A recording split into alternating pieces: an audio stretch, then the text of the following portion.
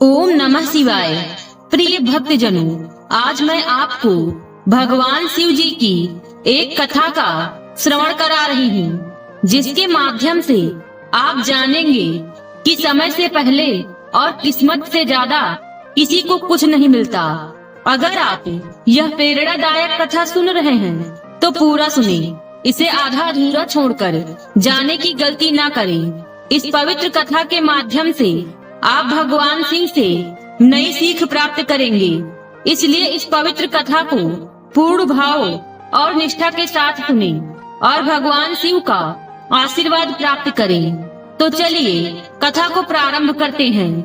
माता पार्वती भगवान शिव से कहती हैं, हे स्वामी, क्या मनुष्य को उतना ही मिलता है जितना उसकी किस्मत में होता है?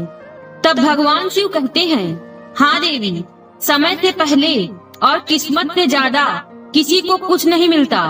और यह बात मैं आपको एक कहानी के माध्यम से समझाता हूँ। आप इस कहानी को पूरे ध्यान से सुने, क्योंकि यह कहानी समस्त मानव जाति के लिए बहुत महत्वपूर्ण और कल्याणकारी है।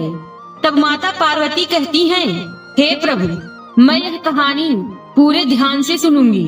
कृपया आप मुझे कहानी सुनाना प्रारंभ करें। फिर भगवान शिव कहते हैं, रामनगर का राजा कुंदन सिंह बहुत पराक्रमी और शक्तिशाली था। उसका राज्य धन धान्य से पूर्ण था और उसकी ख्याति दूर दूर तक फैली थी। एक बार रामनगर में एक ज्योतिषी पधारे, जिनका नाम रामधन था। उनके बारे में प्रसिद्ध था कि वे बहुत ही पहुँचे हुए ज्योतिषी हैं और किसी के भी भविष्य के बारे में सही भविष्यवाणी कर सकते हैं। वे नगर के बाहर एक छोटी कुटिया में ठहरे हुए थे। उनकी इच्छा हुई कि वे राजा के दर्शन करें। उन्होंने राजा से मिलने की इच्छा व्यक्त की और उन्हें सहर्ष अनुमति मिल गई। राज दरबार में राजा ने उनका हार्दिक स्वागत किया। जाते समय राजा ने ज्योतिषी को कुछ हीरे जवाहरात देकर विदा करना चाहा, परंतु ज्योतिषी ने यह कहकर मना कर दिया कि वे केवल अपने भाग्य का खाते हैं। राजा की दी हुई दौलत से वे अमीर नहीं बन सकते। राजा ने पूछा, इससे आपका क्या तात्पर्य है गुरुदेव? ज्योतिषी ने उत्तर दिया, कोई भी व्यक्ति अपनी किस्मत और मेहनत से ही गरीब या अमीर होता है। अगर राजा भी किसी को अमीर बनाना चाहे तो नहीं बना सकता। राजा की दौलत भी उसके हाथ से निकल जाएगी। यह सुनकर राजा को क्रोध आ गया। उन्होंने कहा, गुरुदेव, आप किसी का हाथ देखकर यह बताइए कि उसकी किस्मत में अमीर बनना लिखा है या गरीब। मैं उसको पलट कर दिखा दूंगा। ज्योतिषी ने शांति पूर्वक उत्तर दिया, ठीक है, आप ही किसी व्यक्ति को बुलाइए, मैं उसका भविष्य और भाग्य बताता हूँ। राजा ने अपनी मंत्री को चुपचाप कुछ आदेश दिया और कुछ ही क्षणों में एक सजा धजा नौजवान ज्योतिषी के सामने हाजिर था। ज्योतिषी रामधन ने ध्यान से उस व्यक्ति का माथा देखा, फिर उसका हाथ देखकर कहा, यह व्यक्ति गरीबी में जन्मा है और जिंदगी भर गरीब ही रहेगा। इसे खेतों और पेड़ों के बीच कुटिया में रहने की आदत है और वहीं रहेगा। राजा कुंदन सिंह यह सुनकर हैरत में पड़ गया। उसने कहा, आप ठीक कहते हैं, यह सजा धजा नौजवान महल का राजसी पहनावा पहनकर आया है, परंतु वास्तव में यह महल के बागों की देखभाल करने वाला गरीब माली है। परंतु गुरुदेव, 1 वर्ष के भीतर मैं इसे अमीर बना दूंगा। यह जिंदगी भर गरीब नहीं रह सकता।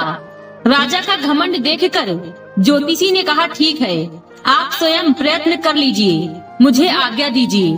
और ज्योतिषी रामधन रामनगर से चले गए। राजा ने अगले दिन माली सुरेश को बुलाकर एक पत्र दिया और साथ में यात्रा के लिए कुछ धन दिया। फिर उससे कहा, यहाँ से 100 कोस दूर बलीपुर में मेरे परम मित्र शिव प्रताप रहते हैं, वहाँ जाओ और यह पत्र उन्हें दे आओ। यह सुनकर सुरेश का चेहरा लटक गया। वह पत्र लेकर अपनी कुटिया में आ गया और सोचने लगा, यहाँ तो पेड़ों की थोड़ी बहुत देखभाल करके दिन भर आराम करता हूँ। अब इतनी गर्मी में इतनी दूर जाना पड़ेगा। परंतु राजा की आज्ञा थी, इसलिए अगले दिन सुबह तड़के वह रामनगर से पत्र लेकर निकल गया। 2 गांव पार करते करते वह बहुत थक चुका था और धूप चढ़ने लगी थी। इसी कारण से उसे भूख और प्यास भी जोर की लगी थी। वह एक गांव के बाजार से भोजन लेकर एक पेड़ के नीचे खाने बैठ गया। अभी आधा भोजन ही कर पाया था कि उसका एक अन्य मित्र जो खेती करता था मिल गया। सुरेश ने अपनी परेशानी अपने मित्र मुकेश को बताई। यह सुनकर मुकेश हंसने लगा और बोला, इसमें परेशानी की क्या बात है? राजा के काम से जाओगे, खूब आवभगत होगी। तुम्हारी जगह मैं होता तो खुशी खुशी जाता।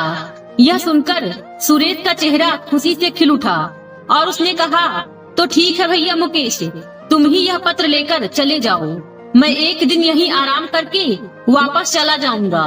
मुकेश खुशी खुशी वह पत्र लेकर बलीपुर पहुंच गया। वहां का राजा शिव प्रताप था। मुकेश आसानी से शिव प्रताप के दरबार तक पहुंच गया और सूचना भिजवाई कि रामनगर के राजा का दूत आया है। उसे तुरंत अंदर बुलाया गया। मुकेश की खूब आवभगत हुई और उसे दरबार में मंत्रियों के साथ बैठाया गया। जब उसने पत्र दिया तो शिव प्रताप ने पत्र खोला। उसमें लिखा था, प्रिय मित्र, यह बहुत योग्य एवं मेहनती व्यक्ति है। इसे अपने राज्य में इसकी इच्छा अनुसार 400 एकड़ जमीन दे दो और उसका मालिक बना दो। यह मेरे पुत्र समान है।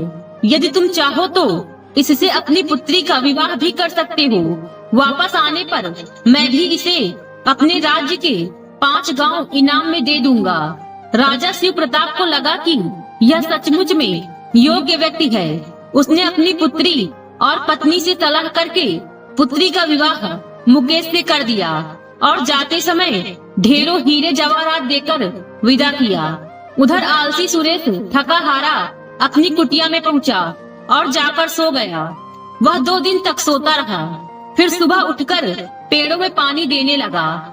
सुबह जब राजा अपने बाग में घूमने निकले तो सुरेश से पत्र के बारे में पूछा। सुरेश ने डरते डरते सारी बातें राजा को बता दी। राजा को बहुत क्रोध आया और साथ ही ज्योतिष की भविष्यवाणी भी याद आई। परंतु राजा ने सोचा कि कहीं भूल चूक भी तो हो सकती है। उन्होंने सोचा कि एक बार फिर प्रयत्न करके देखा जाए कि सुरेश को धनी कैसे बनाया जाए। 3-4 दिन पश्चात सुरेश ने राजा का गुस्सा कम करने की इच्छा से खेत से बड़े बड़े तरबूज तोड़ कर लाया और बोला, सरकार, इस बार फसल बहुत अच्छी हुई है। देखिए खेत में कितने बड़े बड़े तरबूज हुए हैं। राजा खुश हो गया। उसने चुपचाप अपने मंत्री को इशारा कर दिया। मंत्री एक बड़ा तरबूज लेकर अंदर चला गया और उसे अंदर से खोखला कर उसमें हीरे जवाहरात भरवाकर ज्यों का त्यों चिपका कर ले आया। राजा ने सुरेश से कहा, हम आज तुमसे बहुत खुश हैं। तुम्हें इनाम में यह तरबूज देते हैं। यह सुनकर सुरेश का चेहरा फिर लटक गया। वह सोचने लगा, राजा ने इनाम दिया भी तो क्या। वह बड़े उदास मन से तरबूज लेकर जा रहा था। तभी उसका परिचित रतन मिल गया।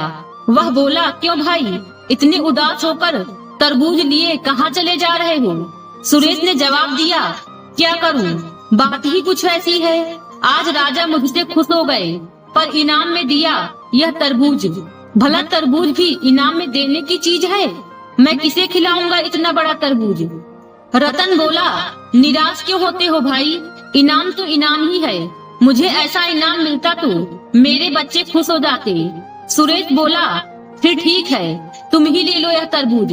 और सुरेश तरबूज देकर कुटिया पर आ गया।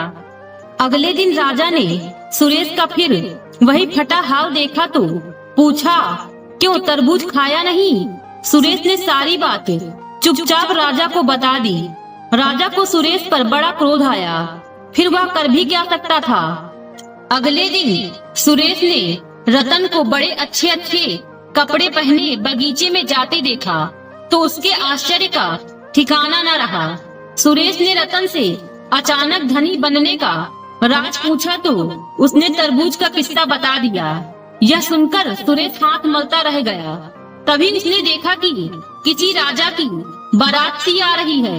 उसने पास जाकर पता किया तो पता चला कि कोई राजा अपनी दुल्हन को ब्याह कर ला रहा था। जैसे ही उसने राजा का चेहरा देखा तो उसके होश उड़ गए।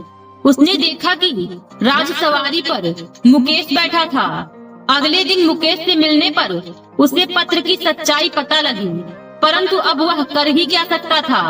राजा ने भी किस्मत के आगे हार मान ली और सोचने लगा, ज्योतिषी ने सच ही कहा था, राजा भी गरीब को अमीर नहीं बना सकता। यदि उसके भाग्य में गरीब रहना लिखा है तो वह गरीब ही रहेगा। अब राजा ने ज्योतिषी रामधन को बहुत ढूंढवाया पर उनका कहीं पता न लगा। इतना कहकर भगवान शिव कथा को समाप्त करते हैं। आज की वीडियो में बस इतना ही। उम्मीद है वीडियो पसंद आई होगी। इस वीडियो में बोलते समय कोई त्रुटि हुई हो तो क्षमा करें। वीडियो पसंद आई हो तो वीडियो को लाइक और शेयर करें और चैनल को सब्सक्राइब कर दें और कमेंट बॉक्स में हर हर महादेव लिखना बिल्कुल न भूलें। मिलते हैं अगले वीडियो में। खुश रहिए और खुशियाँ बांटते रहिए। हर हर महादेव।